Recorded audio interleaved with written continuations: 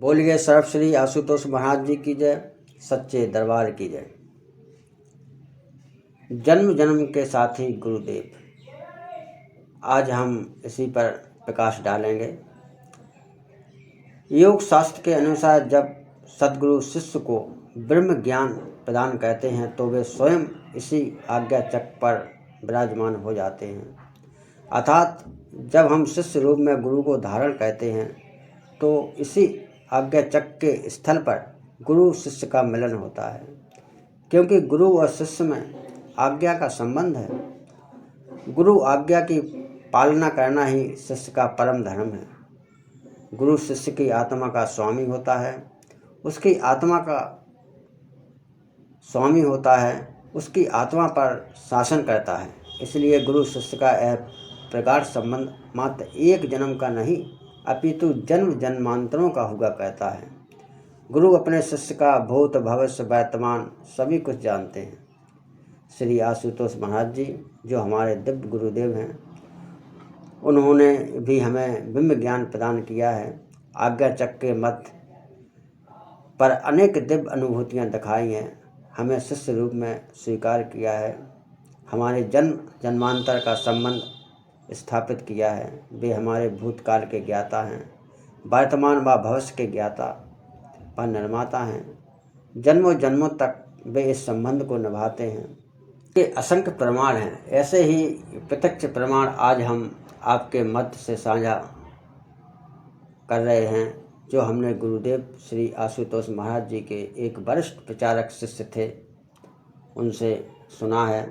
जब महाराज जी ने समाधि धारण नहीं की थी, बात उस समय की है, बहुत समय पहले की बात है, जब महाराज जी नूर महल में ही रहा करते थे। नूर महल में महाराज जी के एक शिष्य थे, उनका नाम था राम सिंह। वे काफ़ी वृद्ध थे, लगभग 85 वर्ष के होंगे।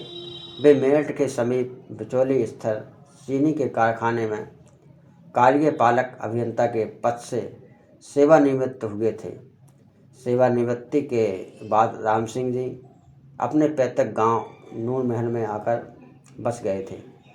वे नियमित रूप से नूर महल आश्रम में आते थे, नियम से साधना करते थे, ध्यान करते थे और सेवा भी किया करते थे। महाराज जी के प्रति उनकी अथाह श्रद्धा गहरी थी, गहरी निष्ठा थी। वे अक्सर कहा करते थे, महाराज जी कोई साधारण गुरु नहीं है, वे गुरुओं के गुरु हैं। महाराज जी ने मुझे इन दो आँखों से साक्षात भगवान विष्णु, भगवान शिव और सभी देवी देवताओं के दर्शन करवाए हैं। एक दिन वे महाराज जी के पास बैठे थे, उनके मन में भीतर ही भीतर कुछ चल रहा था, पर वे बाहर उसे व्यक्त नहीं कर पा रहे थे। लेकिन महाराज जी से क्या छिपा है, वे सबके मन की, सबके हृदय की जानते हैं, भीतर चल रहे प्रत्येक विचार की जानकारी रखते हैं।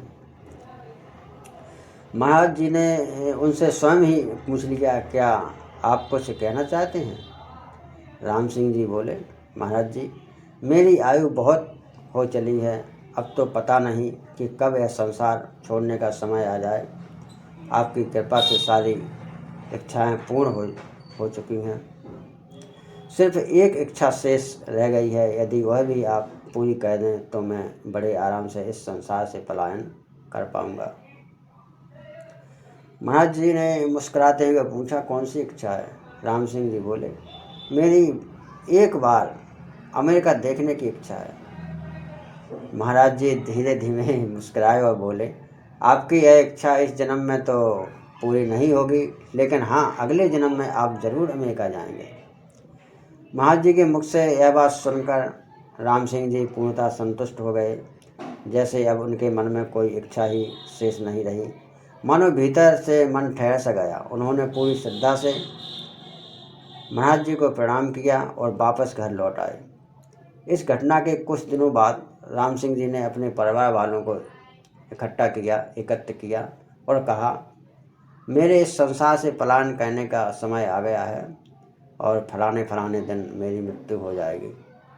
परिवार के सदस्यों ने उनसे कहा, अभी तो आप बिल्कुल ठीक हैं, सही से खा पी रहे हैं, तंदुरुस्त हैं, इसलिए ऐसा मत सोचिए। राम सिंह जी बोले, महाराज जी ने मुझे ध्यान साधना में बता दिया है कि अब मेरा समय निकट है। और हुआ भी ऐसा ही। उन्होंने जो तारीख बताई थी, ठीक उसी दिन ध्यान की अवस्था में उनकी चेतना शरीर छोड़ गई। राम सिंह जी की मृत्यु हो गई। इधर पंजाब में उनकी मृत्यु के कुछ समय पहले अमेरिका में एक अन्य घटना घट रही थी। अमेरिका में एक दंपत्ति थे, वे भी महाराज जी से ब्रह्म ज्ञान में दीक्षित थे। उनके विवाह को हो गए बहुत समय हो गया था, लेकिन उनकी कोई संतान नहीं थी। इसी दौरान दोनों पति पत्नी को एक स्वप्न दिखने लगा। एक बुजुर्ग लाठी लेकर आ रहे हैं और उन्हें कह रहे हैं कि मैं तुम्हारे घर आने वाला हूँ। कमाल की बात तो यह है कि उन दोनों को बिल्कुल एक जैसा सपना दिखाई दे रहा था। यही एक सपना उन्हें कई कई दिनों तक आता रहा। ऐसे में दोनों पति पत्नी घबरा गए। उन्हें लगा कि कहीं कोई भूत प्रेत का चक्कर तो नहीं है। दोनों डर गए। उन्होंने महाराज जी को फ़ोन किया और अपनी दुविधा उनके समक्ष रखते हुए बोले, महाराज जी, हम बड़े संकट से गुजर रहे हैं। हमें आए दिन स्वप्न में एक वृद्ध लाठी लेकर आते हुए दिखाई देता है और कहता है कि मैं तुम्हारे घर आ रहा हूँ। अब तो हमें रात्रि में सोने से भी डर लगता है।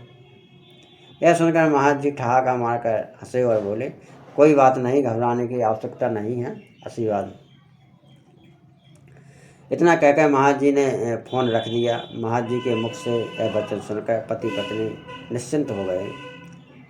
साथ ही महाराज जी ने भीतर से भी ऐसा समाधान दिया कि दोनों निर्भर हो गए। दरअसल इसे ही गुरु का शिष्य की आत्मा पर शासन करना कहते हैं।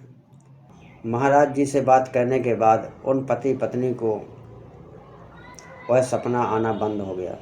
इसके कुछ दिनों पश्चात दोनों को पता चला कि महाराज जी की अपार कृपा हुई, घर में कोई उनकी ही दिव्य आत्मा जन्म लेने वाली है। दोनों पति पत्नी अत्यंत प्रसन्न हो उठे। समय अनुसार उनके घर में एक पुत्र ने जन्म लिया। परिवार के सभी सदस्य बेहद खुश थे। उन्होंने पुनः महाराज जी को फ़ोन किया और बोले, महाराज जी, आपकी अनुकंपा से बहुत वर्षों के बाद हमारे घर में शिशु ने जन्म लिया है। हमारे जीवन में जो एक कमी थी वह भी आपने पूरी कर दी। महाराज जी ने कहा, आशीर्वाद। वे आगे बोले, अब बस एक ही इच्छा है, आप ही बताइए कि इस बालक का नाम क्या रखें। तो महाराज जी के लिए उन्होंने फ़ोन किया। महाराज जी प्रसन्नता से बोले, इसका नाम राम सिंह रख दो। तो इस प्रकार अमेरिका में जन्मे इस बालक का नाम राम सिंह रख दिया गया। अब आप समझ ही गए होंगे कि उन पति पत्नी के सपने में आने वाले वृद्ध कौन थे। उन दंपत्ति को भी इस पूरे रहस्य का पता तब चला जब वे पंजाब आए। अतः जहाँ एक ओर वृद्ध राम सिंह जी को कहे गए महाराज जी के वचन पूर्ण हुए, वही एक परिवार का अभाव ही पूरा हुआ। यही होता है गुरु वचनों का सामर्थ्य। साथ ही जैसा कि पहले ही बताया गया, गुरु का संबंध शिष्य की आत्मा से होता है, इसलिए वे अपने गुरु के दायित्व को जन्म जन्मों तक निभाते हैं। शिष्य पूर्ण बोध न होने के कारण या परिस्थिति बस गुरु को छोड़ सकता है, पर सतगुरु शिष्य को कभी नहीं छोड़ते। बोल गए सतगुरु भगवान की जय, सच्चे दरबार की जय।